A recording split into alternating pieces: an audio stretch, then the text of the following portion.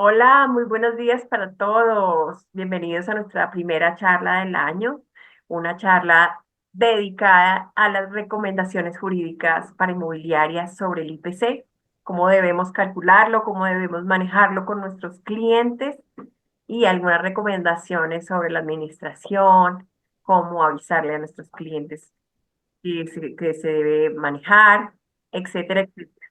Para eso invitamos al abogado Luis Cardona y es un placer que él haya aceptado nuestra invitación. Luis Enrique, ¿cómo estás? Un gusto saludarte. Hola, muy buenos días, Adriana. ¿Cómo vas? Muy buenos días a ti, a la persona que te está colaborando y a todos los asistentes a esta charla. Sí, no, el gusto es nuestro. Gracias por aceptar esta invitación y gracias por compartir la información que nos pueda servir para darle manejo a este tema del IPC y todos los detalles que es importante que como inmobiliarios tratemos con nuestros clientes. Quiero hablarles unos segunditos, quiero presentarles a Luis Enrique. Luis Enrique es abogado, tiene una firma que se llama Cardona Abogados, es especialista en Derecho Procesal Civil y cuenta con más de 18 años de experiencia trabajando con Seguros Bolívar en el área jurídica del Libertador. Él en el año 2015 fundó Cardona Abogados, oficina especializada en auditorías legales y seguimiento estratégico, optimizando cada proceso relacionado con la captación de inmuebles, contratos de mandato, corretaje, administración y procedimientos judiciales. Legalmente gestiona auditorías, litigios, sucesiones, pertenencias, la cartera, ofreciendo la asesoría especializada que aporte seguridad jurídica y resultados confiables para todos los clientes que trabajan con él.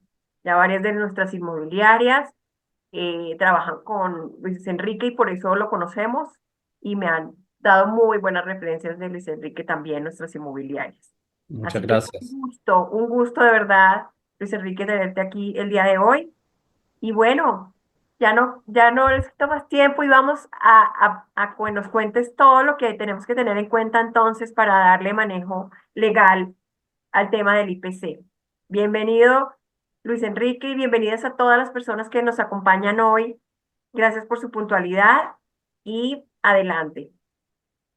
Bueno, muchas gracias, Adriana. La verdad que pones un punto bastante alto y como siempre digo en las charlas, lo importante es que el tiempo que me están dedicando y están dedicando también al compromiso que tiene Afidi con el sector sea muy bien entregado y que aprendamos entre todos, como igualmente siempre lo digo, el conocimiento que no se comparte, pues sinceramente no existe para mí, porque en la medida en que compartimos, pues creo yo que aprendemos. Una manera de aprender es compartir.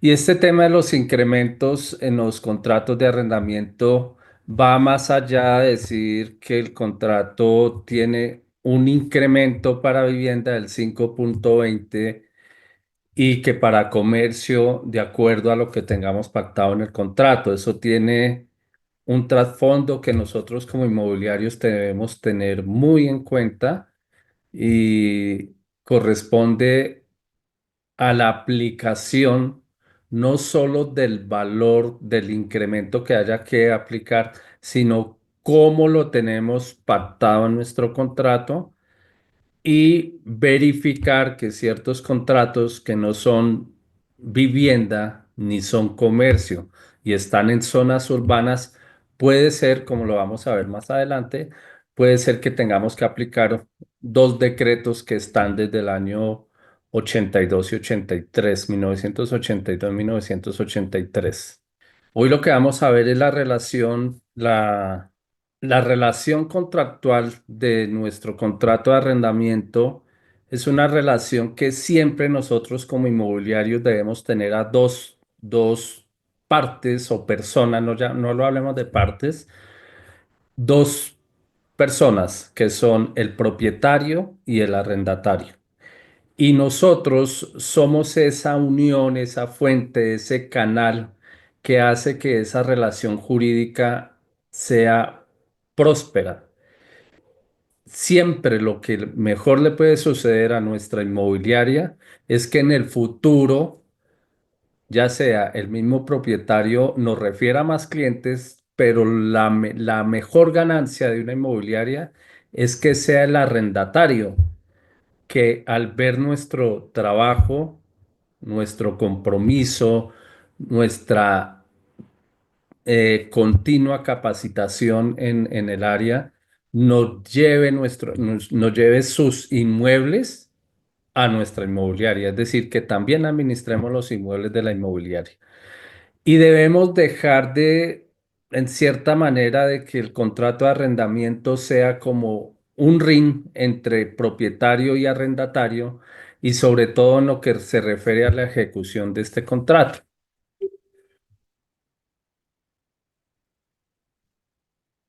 Como todos sabemos, el IPC del año 2024 fue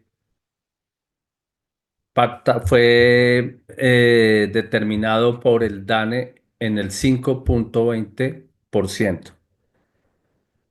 Muchas personas estaban incómodas porque el DANE, en una rueda de prensa, en un Zoom que envió en forma pública, hasta el día 9 de enero a las 6 de la tarde, indicó que el porcentaje del IPC del año 2024 fue del 5,20%. Algunas personas estaban incómodas, y en el live que hizo el DANE, muchas personas escribían que por qué razón, que hasta el 9, y resulta que es hasta el 9, y este año fue el 9 porque es el quinto día hábil de el primer quinto día hábil de cada enero, primer quinto día hábil de cada enero.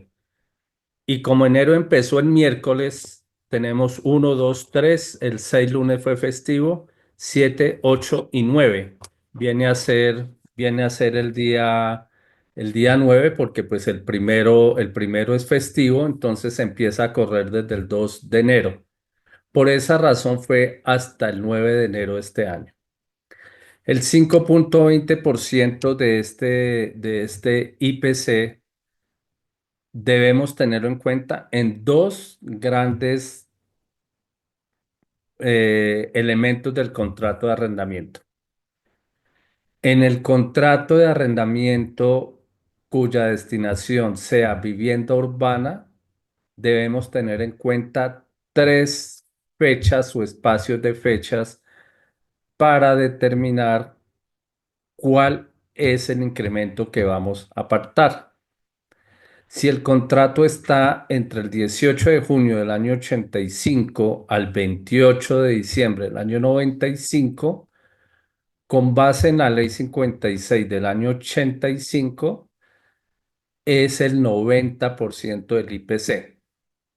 Si, si el contrato se firmó del 29 de diciembre del 95 al 9 de julio del 2003, el incremento para vivienda urbana es la meta de inflación proyectada para el mismo año, que ya todos sabemos normalmente es del 3%, salvo que el 2022 fue proyectada en el 7%. Y los contratos con vigencia de la Ley 820 del 2003, es decir, desde el 10 de julio del 2003 en adelante, es decir, hasta hoy, no sabemos si mañana salga otra ley, hasta hoy tiene como incremento el 100% del IPC. Voy a tratar acá de compartirles para que veamos unos procedimientos y podamos. Entonces, voy a hacerlo de ceros para que ustedes lo hagan en sus oficinas, por favor. La idea es que siempre usemos páginas de internet que sean gubernamentales. Y para Colombia es .gov.co. Voy a salirme de acá. Entramos a esta página que se llama Swing Juriscol, aquí lo ven en la parte de arriba, lo pueden copiar. Swing, guión, no es punto, sino guión. Juriscol, jurisdicción colombiana, juriscol.gov.co. Digamos, como pueden ver acá, aquí pues aparece mi nombre, pero ustedes pueden abrirla en este momento si están trabajando desde su oficina, pueden hacerlo. No es necesario que estén registrados. Si se quieren registrar, lo hacen. Van a normas, aquí en la parte inferior,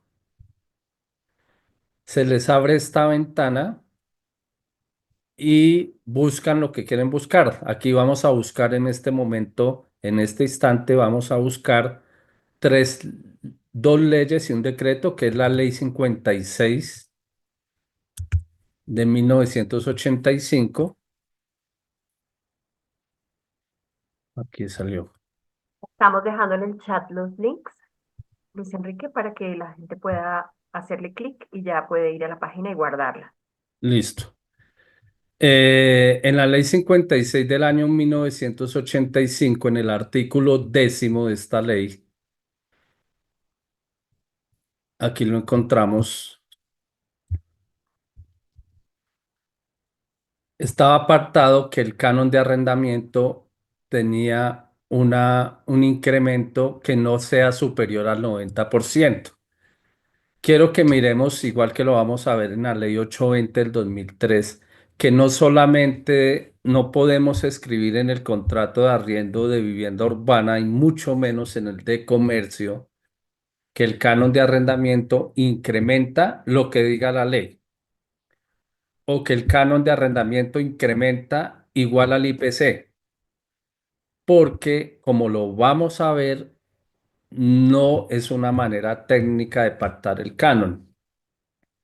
Digamos ya los contratos que ustedes tengan asegurados. Es, Estos contratos son, digamos que fueron elaborados en cierto momento, pues por las oficinas jurídicas, entre las que incluimos la del Libertador en su momento, y estos contratos eran diseñados de tal manera que cuando ustedes fueran a hacer una reclamación al seguro, no tuviesen ningún inconveniente y el seguro les pudiese pagar. Y nosotros lo que se hacía era ajustar la norma al contrato de arriendo. Porque dicho sea de paso, los contratos de arrendamiento no están regulados tal como lo tenemos pactado en los documentos. El contrato de arrendamiento en general está en el Código Civil a partir del artículo 1973, más o menos hasta el 2043, en forma general. La ley 820 regula el contrato de arrendamiento de vivienda urbana y lo que tiene que ver con el Código de Comercio apenas toca 6 artículos que realmente pues tiene que ver es con las prórrogas o renovaciones del contrato. Entonces, observamos que en la ley 56, en el artículo 10º, indica que no puede ser superior, que no sea superior al 90%.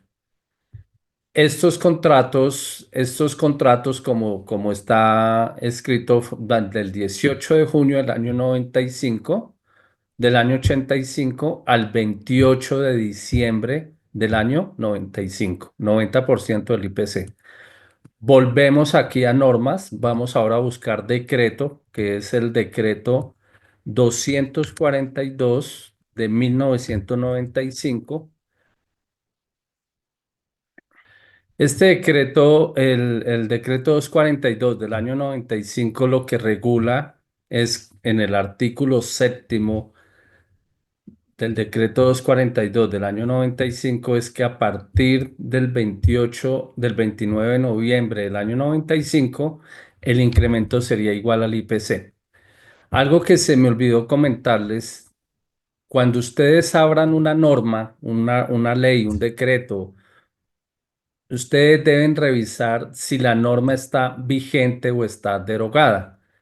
Como pueden observar, la ley 56 del año 85 está derogada. Está derogada.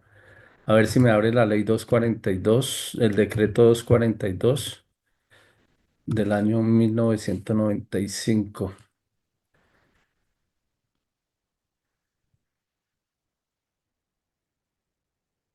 Por alguna razón el internet está, no sé qué ya.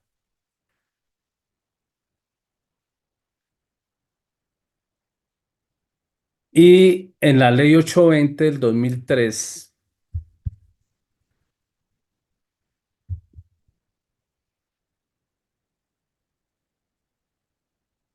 ustedes podrán ver aquí dice que está vigente. Pero más allá de que ustedes observen que están vigente, abren mostrar y aquí dice desde cuándo está vigente. Por esa razón se dice con seguridad que son con contratos firmados a partir o desde el 10 de julio, que es desde que entra en vigencia esta ley. Intentar la última vez con el decreto, a ver si me ayuda, para mostrarles que el decreto todavía está vigente.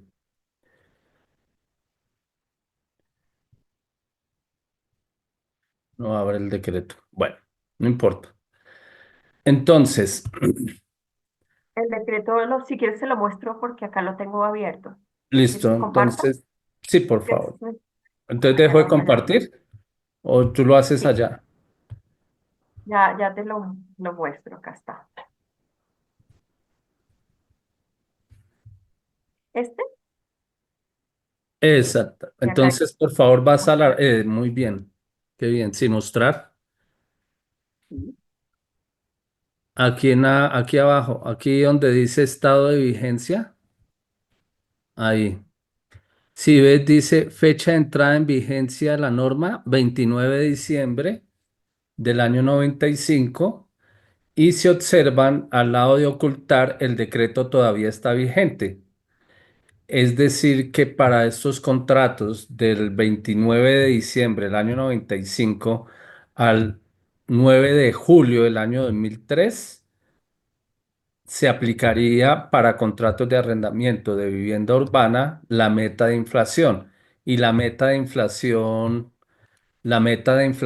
pues realmente es algo que no le conviene al arrendador, al propietario, porque siempre la meta de inflación está proyectada a un 3%.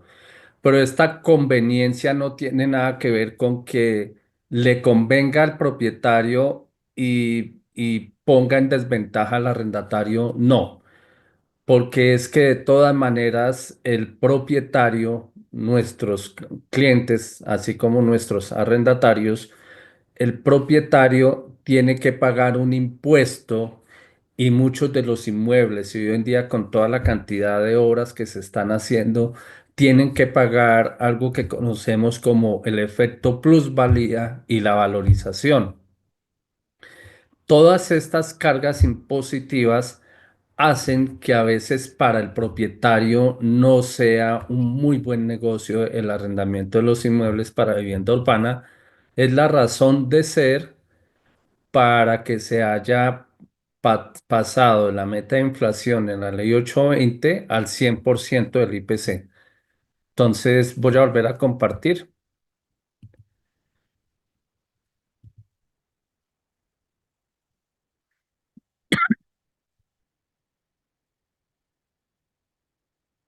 En comercio,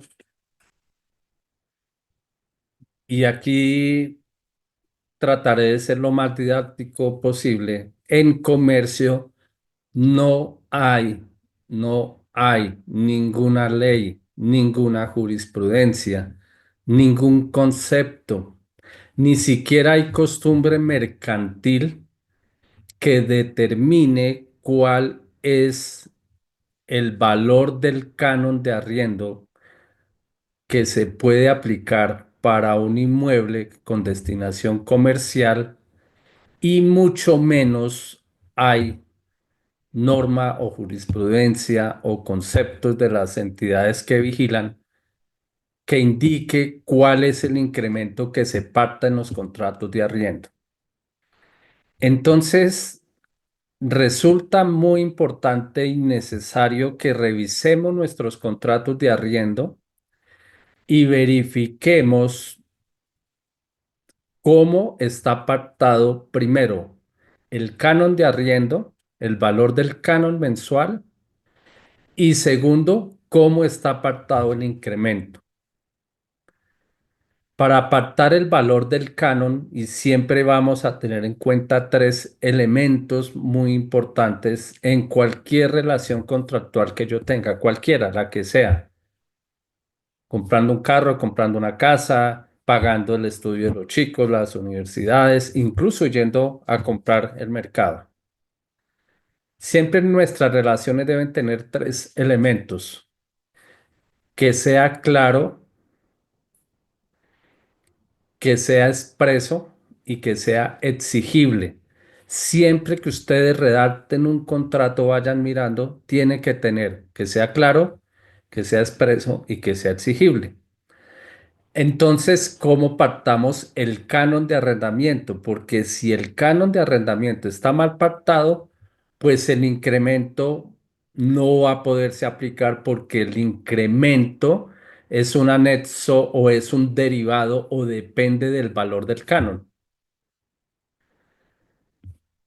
Entonces, si nosotros, por ejemplo, pactamos en nuestros contratos de arrendamiento, por ejemplo, con destinación comercio, que el valor del canon de arrendamiento será igual a las ventas del mes anterior. Tienen que escribir si quitan impuestos, si es antes o después de impuestos. Tienen que escribir cómo van a hacer para verificar ese valor de esa venta.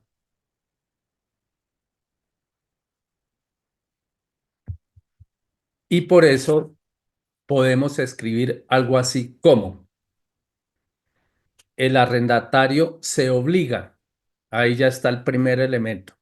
El arrendatario se obliga a pagar. ¿A quién? Al arrendador o a la arrendadora la suma de el valor en números, en letras y en números por cada periodo mensual en forma anticipada y sin necesidad de requerimiento alguno. Como es comercio, entonces escribimos más 3 unidades o más 3 puntos. Y para eso, como es más 3 unidades o más 3 puntos, entonces hacemos un parágrafo que indique que para una exacta aplicación, más 3 unidades, que para una exacta aplicación del incremento se debe pactar en el incremento. Ya tenemos el valor del canon. Ahora el incremento. Siempre es bueno que en todos los contratos, no importa si es para oficinas, para locales, para bodegas, para vivienda, siempre tengamos en cuenta el IPC, porque a veces cuando lo dejamos solo con un porcentaje, los de comercio, a veces el IPC se incrementa por encima de lo que nosotros pactamos, como ocurrió en el 2022, que el IPC fue del 13,12%. En el 2022 el IPC fue el 13,12% y por ejemplo 2023 9,28, y si tenemos en nuestro contrato de comercio que es el incremento el del 6% nomás, pues en apariencias es alto, pero con base en el índice de precios al consumidor, pues el propietario está perdiendo. Entonces, en los incrementos de los cánones de arrendamiento para vivienda, pactamos algo así. Y ahí nos vamos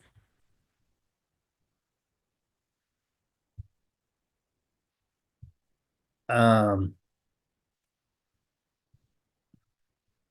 ahí están viendo la ley 820, No, ¿no? no.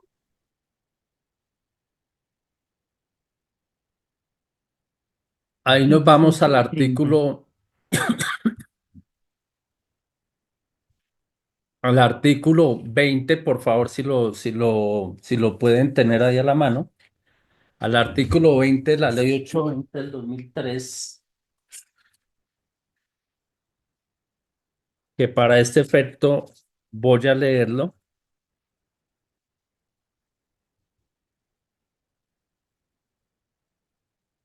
Cada 12 meses de ejecución del contrato bajo un mismo precio, es decir, cada 12 mensualidades bajo un mismo precio, el arrendador podrá, cuando en la ley leemos podrá, quiere decir que tiene que estar expresamente pactada cuál es la decisión, porque si en el contrato queda lo que diga la ley y la ley dice que podrá, pues es como si no hubiese apartado un incremento hasta en una proporción que no sea superior al 100%. Entonces, si dice hasta una proporción que no sea superior, quiere decir que puede ser inferior. Por esa razón, en nuestro contrato no podemos, no podemos pactar, en nuestro contrato, no, artículo 20, gracias, está vigente, artículo 20. En nuestro contrato no podemos pactar qué es lo que diga la ley. Entonces aquí tenemos tres elementos hasta ahora, que es cada 12 meses que el arrendatario expresamente decidirá cuánto incrementa y que no puede ser superior al 100%. Si yo tengo esos tres elementos, que es ser claro y expreso y exigible, ¿por qué? Porque indica. Y ahí es donde va más o menos la redacción de la cláusula, que pues afortunadamente está en la mayoría de contratos. Sin embargo, les sugerimos que lo revisen. Y es tomar la misma ley. Cada 12 meses de ejecución del contrato de arrendamiento, el canon de arrendamiento se incrementará en una proporción igual al 100%, y lo colocan en paréntesis, del incremento que haya tenido el índice de precios al consumidor de aquel al año que se efectúe. Es decir, que si colocamos que es el incremento del año anterior al año que se efectúe, claramente estamos diciendo que es sobre todo el año y en este caso sería el 5,20%. Pero si es distinto de vivienda, vamos a usar la misma redacción. Si es distinto de vivienda, usamos la misma redacción en incrementos. Cada 12 meses de ejecución del contrato de arrendamiento, el canon incrementará en un 100% del índice de precios al consumidor que haya tenido el año inmediatamente anterior, aquel en que se efectúe el incremento, más 3 unidades o 3 puntos. Pueden usar unidades o puntos, y para no dejar en el aire si es lo mismo una unidad o un punto, hacemos un parágrafo. ¿Ese parágrafo qué es? Ese parágrafo es lo siguiente. Si el índice de precios al consumidor del año inmediatamente antes, si el 100% del índice de precios al consumidor del año inmediatamente anterior a aquel en que se efectúe el incremento es del 4%, el canon aumentará ¿en cuánto? En un 7%. Ahí tengo mis tres elementos: claro, expreso y exigible. No se les olviden los contratos de arrendamiento distintos de vivienda, escribir más IVA. o un parágrafo que el arrendatario igualmente estará obligado a pagar el IVA.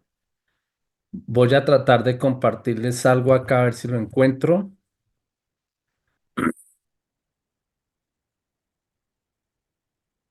¿Podemos ver esa pantalla? Sí, señor, ya la vemos. Listo. ¿Cómo es el manejo del incremento de la aplicación del IVA en los contratos de arrendamiento? Lo que tenemos que tener en cuenta son las dos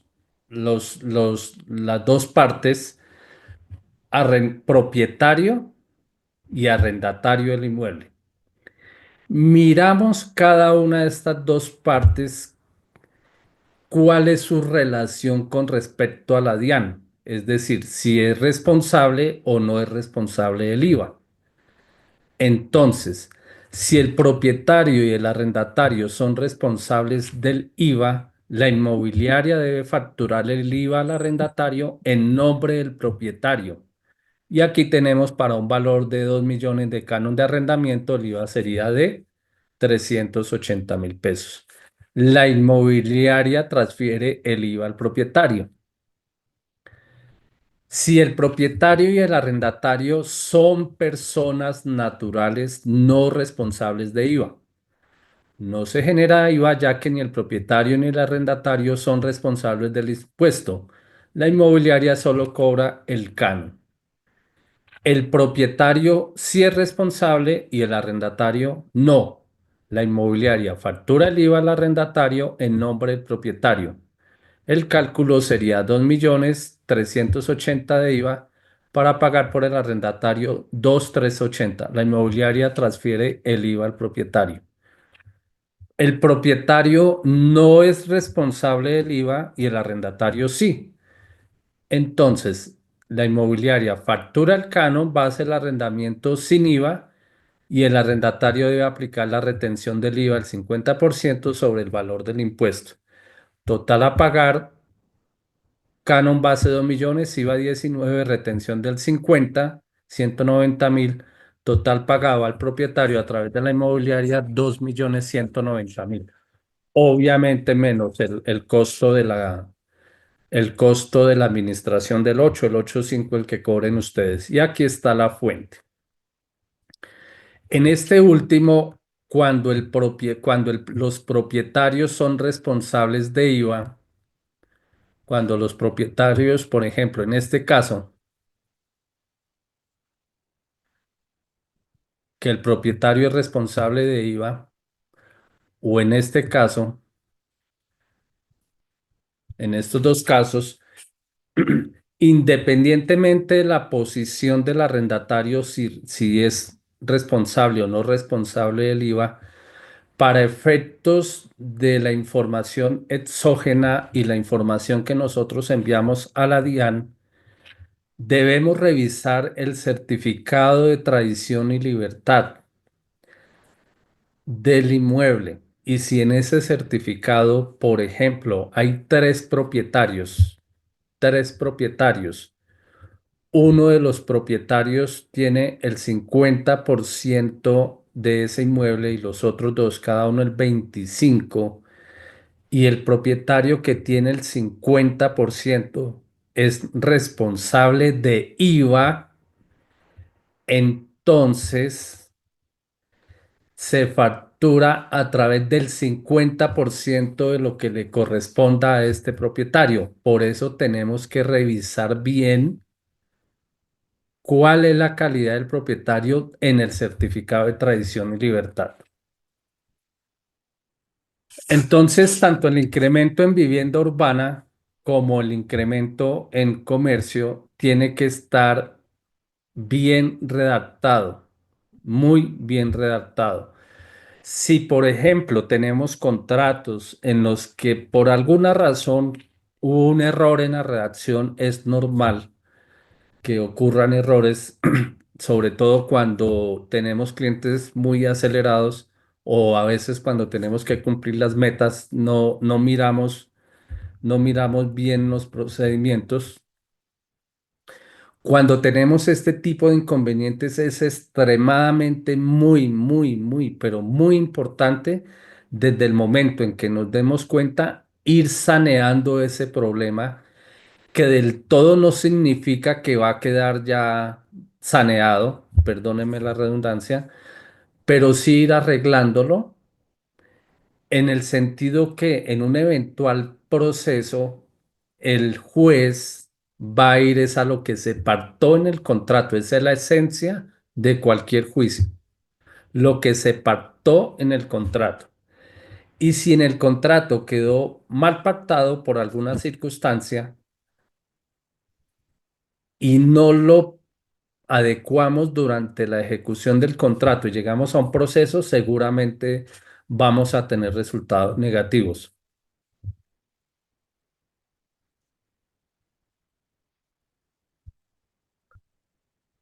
Pero ¿cómo lo vamos adecuando? Esto se adecúa a través de los recibos que nosotros mensualmente le remitamos al arrendatario y de correos electrónicos que crucemos con el arrendatario. Esa es la razón de ser que nuestro contrato de arrendamiento, y es la segunda parte del artículo 20 de la Ley 820 del 2003, para que si es tan amable, Adriana, lo puedes compartir, que ya tienes ahí la Ley 820.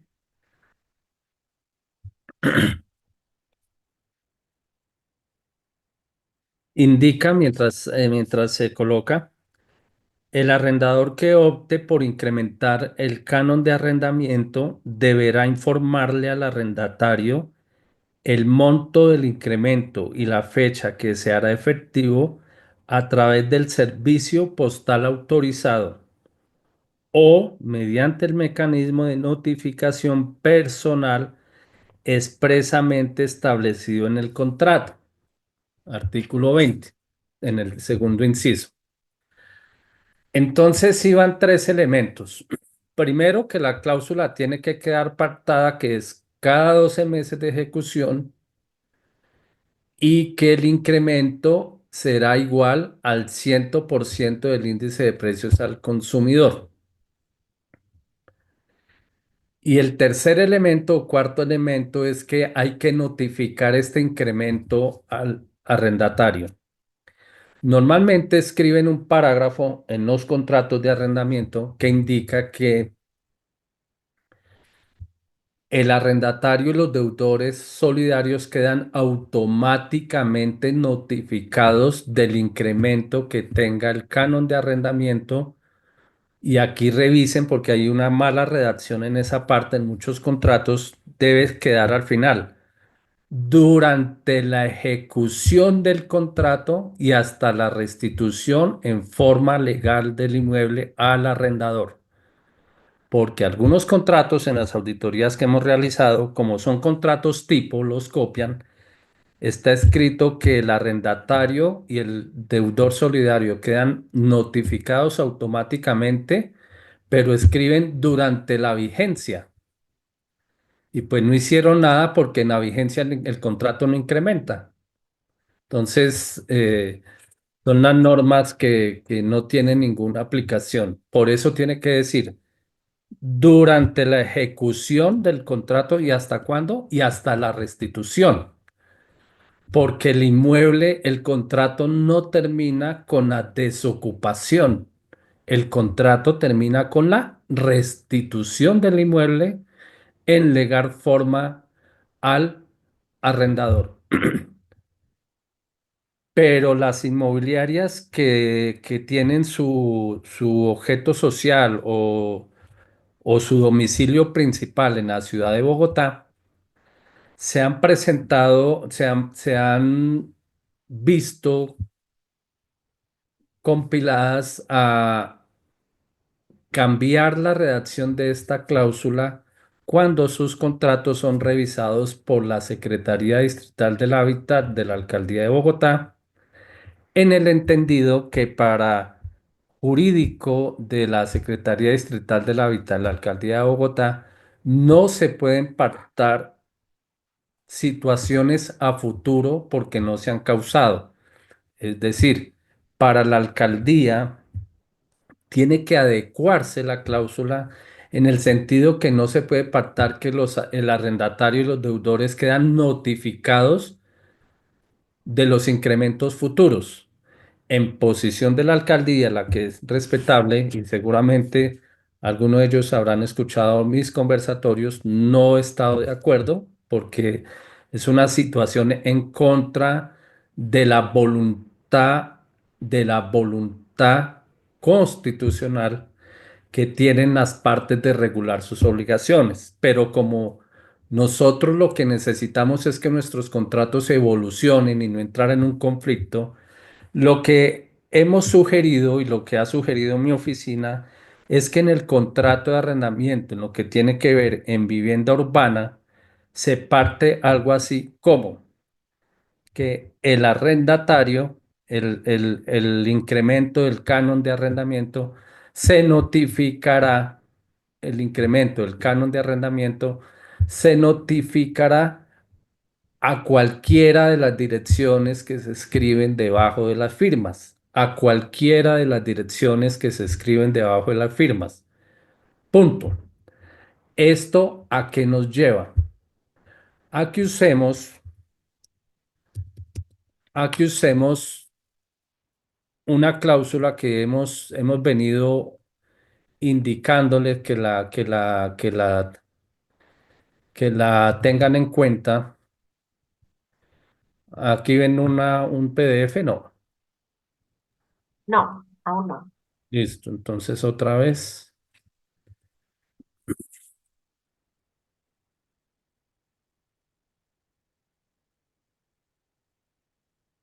Ahí sí lo ven. Sí, sí, lo ven. ¿Y cómo amplío el PDF? Ya aquí. Este PDF lo hicimos, lo enviamos a las inmobiliarias, quienes quieran tenerlo a través de Adriana para que pues me lo soliciten. Con gusto lo podemos compartir. Lo tenemos. ¿A ustedes lo tienen? A ver, así.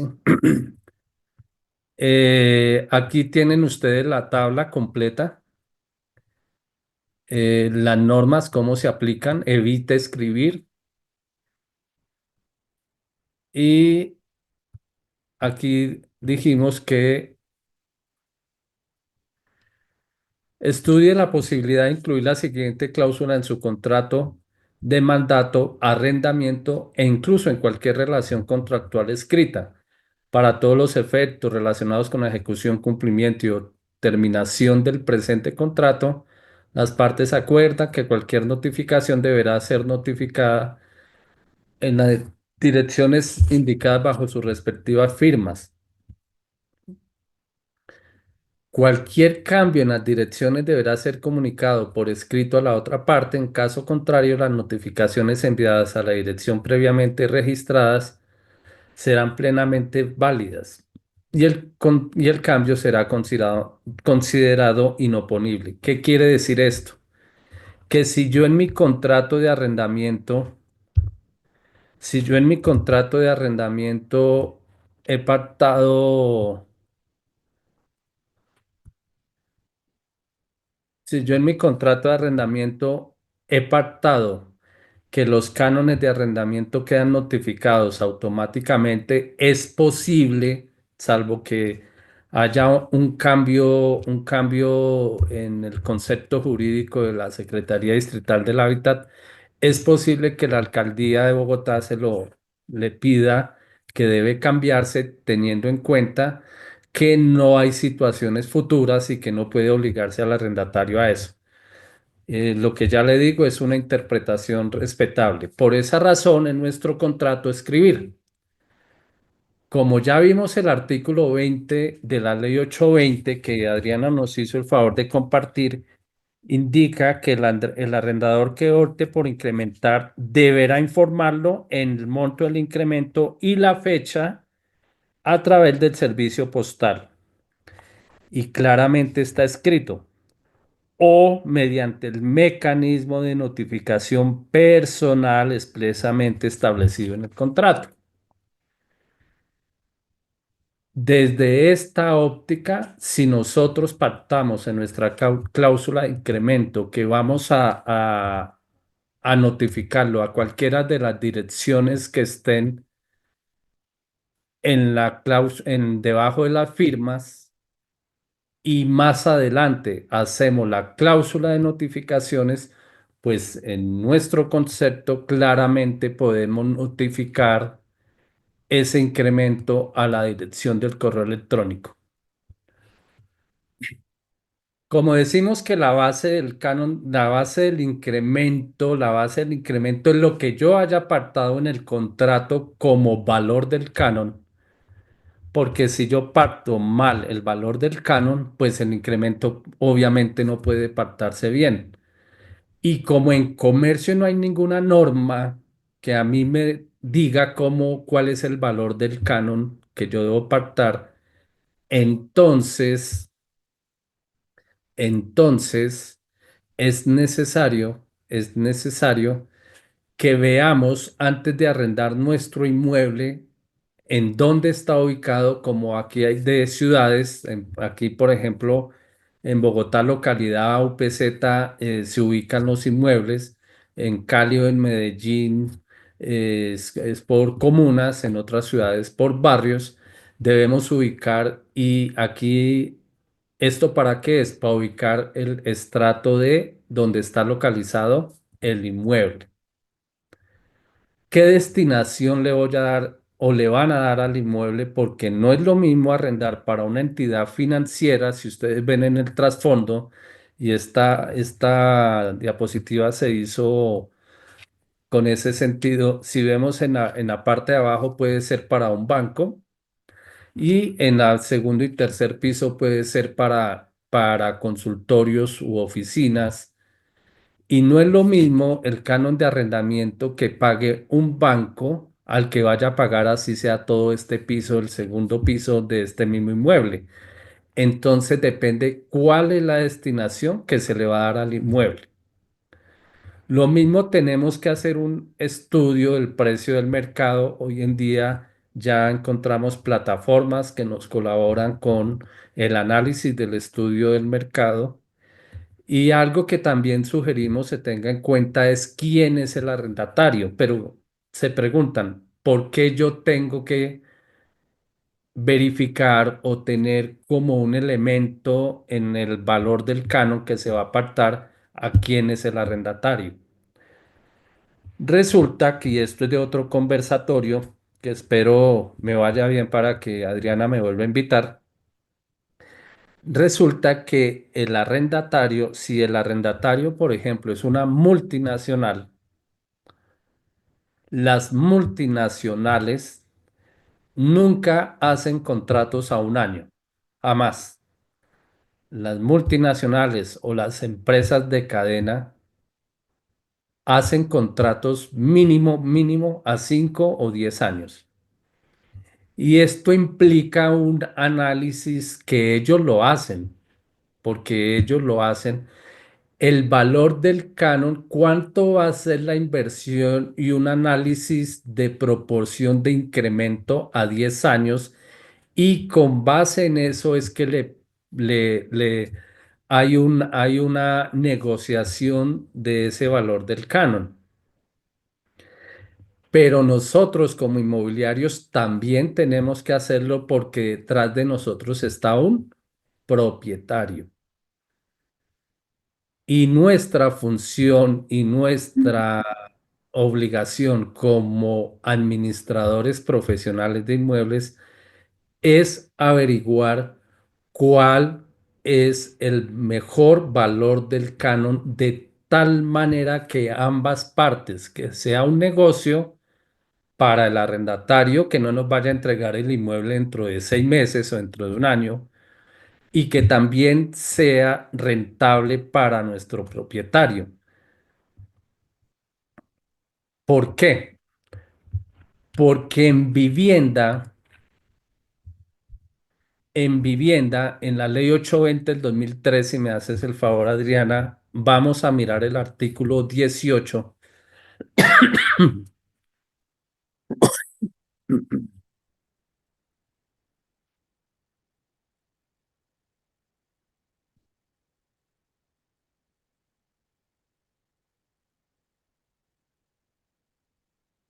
El artículo 18 de la ley 820 indica que el valor del canon de arrendamiento para vivienda urbana no puede ser igual al 1% del valor comercial del inmueble y que el valor comercial del inmueble no puede ser superior al 2 del avalúo catastral. En pocas palabras y en resumen, el valor del canon de arrendamiento no puede ser superior al 2% del avalúo catastral. E igualmente, en el artículo 20 indica que cuando se incremente el canon cada año, el canon de arrendamiento, incluido el incremento, no puede ser igual al 2, a más del 2% del avalúo catastral. Por lo menos en las ciudades capitales no hay problema con esto porque diría yo que el 98%, si no más, de los contratos de arrendamiento con destinación de vivienda urbana están muy por debajo del 1,5% del avalúo catastral. En cambio, en comercio no tenemos ninguna norma, gracias Adriana. En comercio, como lo estamos viendo en la diapositiva, en comercio no tengo ninguna norma.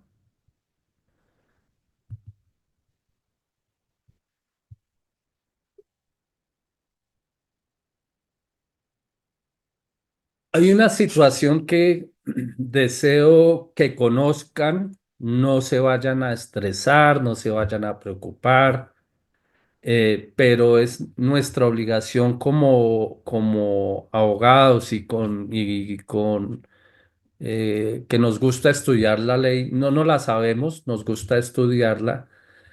Hay una situación que se presenta. ¿Qué pasa si el inmueble es urbano,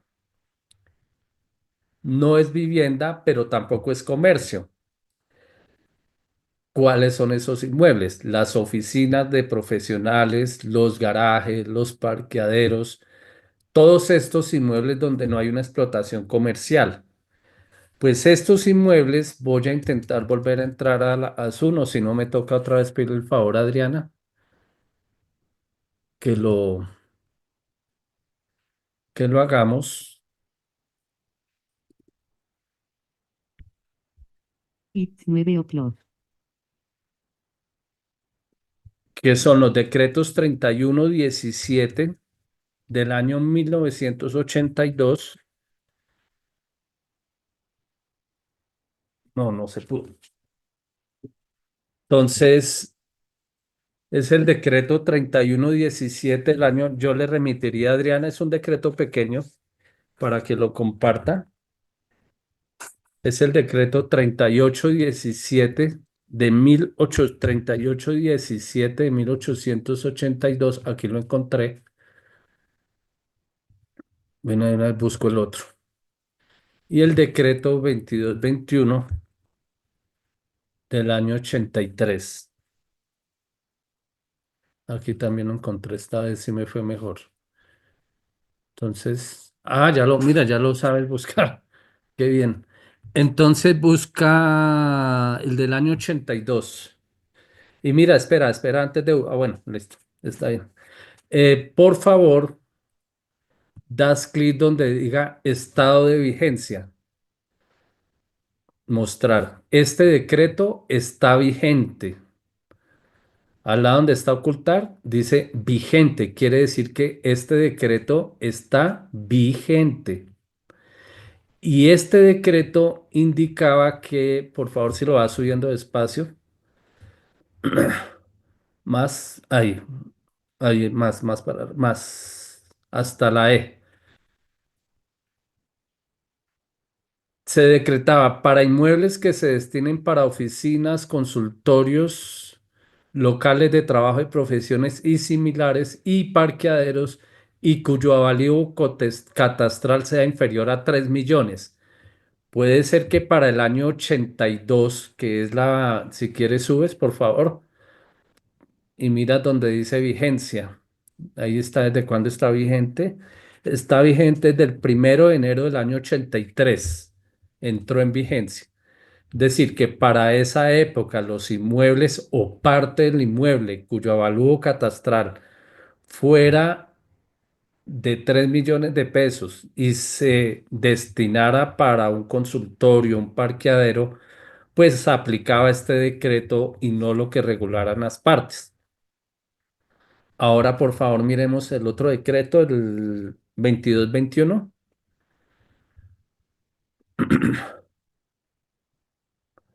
del año 1983. No te toca. Coloca en el año, espera, devuélvete, devuélvete. En el año 83. Ese sí, ese. Y ves, vamos otra vez a mostrar vigencia. El decreto está vigente. ¿Y está vigente desde cuándo? Desde el 25 de agosto del año 83. Es decir, que los decretos, estos decretos todavía aplican. Y lo que hizo este decreto, por favor, vas bajando.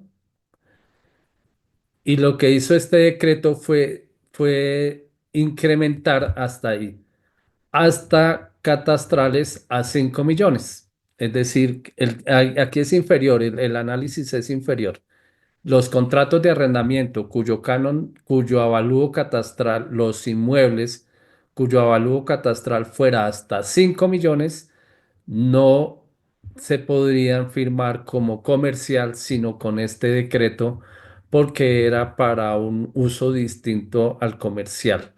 Ok, listo. Entonces seguimos conmigo. Gracias.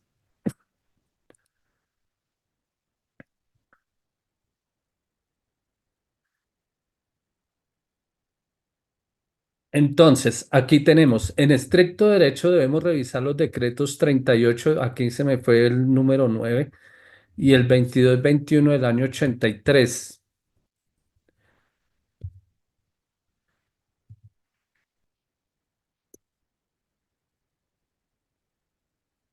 Y el 2220 es 3817 de 1982 y 2221 del año 83. Aquí tenemos que mirar en nuestro avalúo catastral. Pero, por qué Luis Enrique nos indica que estos decretos están vigentes? Porque es posible que yo arriende un parqueadero dentro de un inmueble y que la proporción de ese parqueadero, garaje, digámosle mejor, que la proporción de ese garaje respecto del inmueble, por ejemplo, sea del 10% del inmueble. Y si yo lo arriendo para garaje y, por ejemplo, el inmueble es posible, tenga un avalúo catastral de 45 millones, en Bogotá o en Barranquilla, Medellín, Cúcuta, Villavicencio no se da, Manizales no se da, pero puede ser que otras ciudades sí, donde el avalúo catastral no está actualizado. Si el inmueble tiene un avalúo de 45 millones de pesos y el garaje que yo arriendo para garaje tiene el 10%, pues ese garaje tiene, con respecto a la totalidad del inmueble, un avalúo de 4,5 millones de pesos. En este caso, sí aplicarían estos dos decretos. Y lo que indica este decreto que no puede ser superior al 1,5% del avalúo catastral, es decir, 40,000, 45,000 pesos. Entonces no sería muy buen negocio para arrendar estos inmuebles. Esta jurisprudencia, por favor, cópienla. Las personas que sean estudiosas del tema de los cánones de arrendamiento la pueden estudiar. Eh, ambas jurisprudencias hablan sobre en las relaciones contractuales, sobre todo la segunda, voy a tratar de enseñársela acá.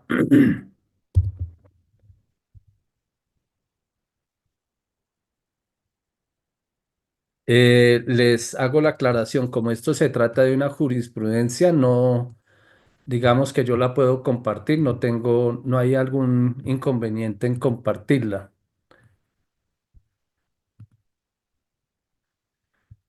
¿Ven la jurisprudencia? Sí, señor. ¿Aló? Sí, gracias. Este es Señora, un adelante. tema en que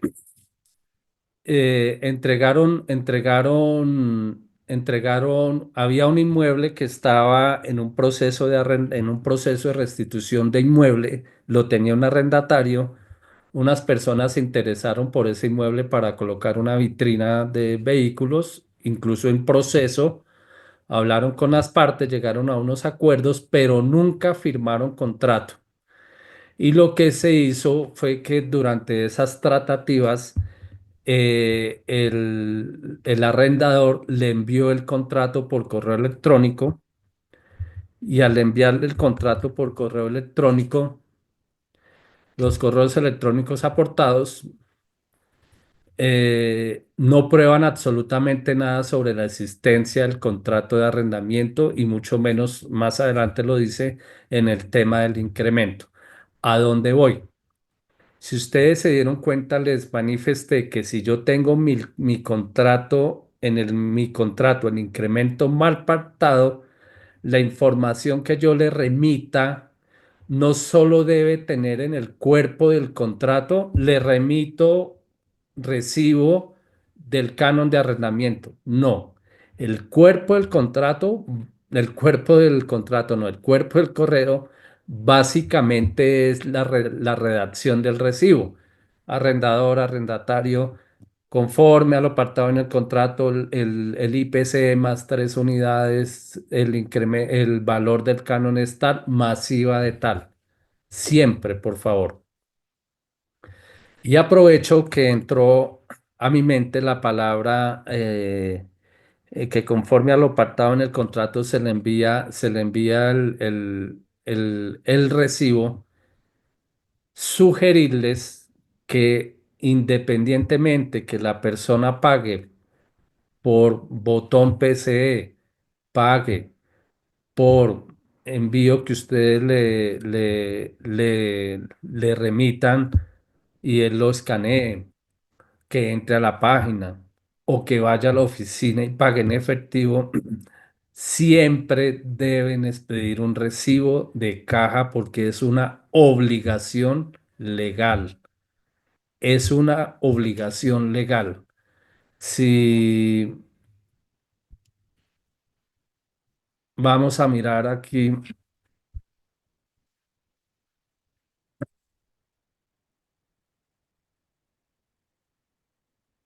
el artículo 28 de la Ley 820 del 2003, que regula que las alcaldías son las que inspeccionan y vigilan y controlan a las inmobiliarias,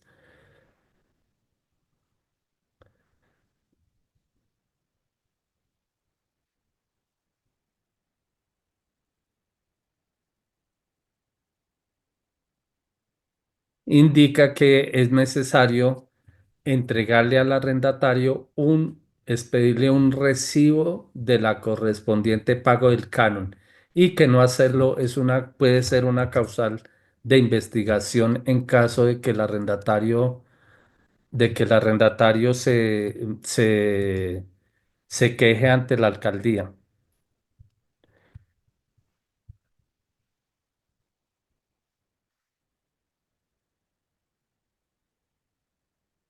No olvide que el incremento podrá aplicarse siempre y cuando esté bien pactado en el contrato de arrendamiento. La redacción debe ser clara, expresa y exigible con base en el artículo 20 de la Ley 820 del 2003 para vivienda urbana y para distinto de vivienda urbana es lo que realmente se parte en el contrato de arrendamiento.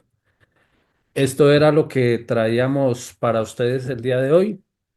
Esperamos que sea de su interés y que puedan aplicarlo cualquier situación que requieran a través de Adriana, si las tablas o las normas o las leyes, con mucho gusto se las facilitaremos. Muchas gracias.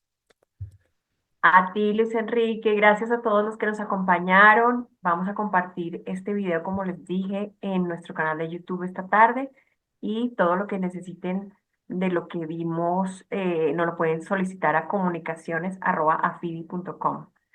Luis Enrique, Eh, de verdad, muchas gracias. Nuestra primera charla del año, nuestra primera charla contigo. Te quiero agradecer de antemano habernos aceptado la invitación y esperamos poder contar contigo de nuevo en otra próxima charla sobre temas jurídicos Claro y que no sé si de repente haya alguna pregunta sí, pues si podemos, si tenemos tiempo y tú sí, nos pues permites, podemos pedirles a las personas que nos acompañen si tienen preguntas, nos las pueden dejar en el chat o pueden abrir sus micrófonos. Lina Hidárraga, hola Lina, adelante.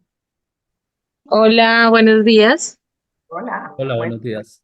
Bueno, respecto a lo último que el doctor hablaba, nosotros pues claro, tenemos la opción de pago en línea y también pues con un código de barras que la gente cancela, pero digamos que siempre asumimos que su comprobante de pago es si pagan en el banco, pues de la tirilla que le entregan en el banco o si pagan en línea, a ellos les llega un correo electrónico un pago depositado en tal inmobiliaria por tal valor, pero claro, nosotros expedimos internamente un recibo pues para nuestra contabilidad, pero no, yo no envío el recibo a un correo ni nada porque pues entiendo que ya la persona tiene su soporte. Entendí entonces que debo enviarlo adicional a lo que él ya tiene como soporte. Sobre todo si es vivienda es mejor y para evitar un desgaste más en la oficina, porque pues eso termina siendo un desgaste y de repente innecesario, porque pues si la persona ya pagó, sabe que ya pagó, puedes pactarlo en el contrato de arrendamiento, escribir en pago que el pago por parte del arrendatario se entenderá satisfecho el recibo. Yo lo redactaría de alguna manera, se lo enviaría a Adriana para que ella te lo comparta. Perfecto, muchísimas gracias, doctor. Vale. claro que sí. Si alguien más quiere abrir su micrófono o yo no veo preguntas acá en el chat, te están dando las gracias. Muchas gracias, muy amables. Ya, Xavier también de Sistema Integral, David San Juan te está agradeciéndonos, Juan Carlos Alarcón de Rafael, Ángel y Cía, Juan Carlos, Alessandro. muchas gracias. Bueno, muchas gracias a todos. De Roscola Verde también nos están agradeciendo. Pilar Murillo de Vívalo. Bueno, mil gracias a ustedes por acompañarnos en nuestra primera charla y a Luis Enrique, debutante de nuestras charlas a Fridi. Muy Bueno, amable, esperamos que nos vaya hacemos bien y podamos volver a esperamos volver a acompañarlos. tenerte acá en este espacio. Gracias a todos por acompañarnos. Feliz día. Chao, chao. Gracias, estés bien.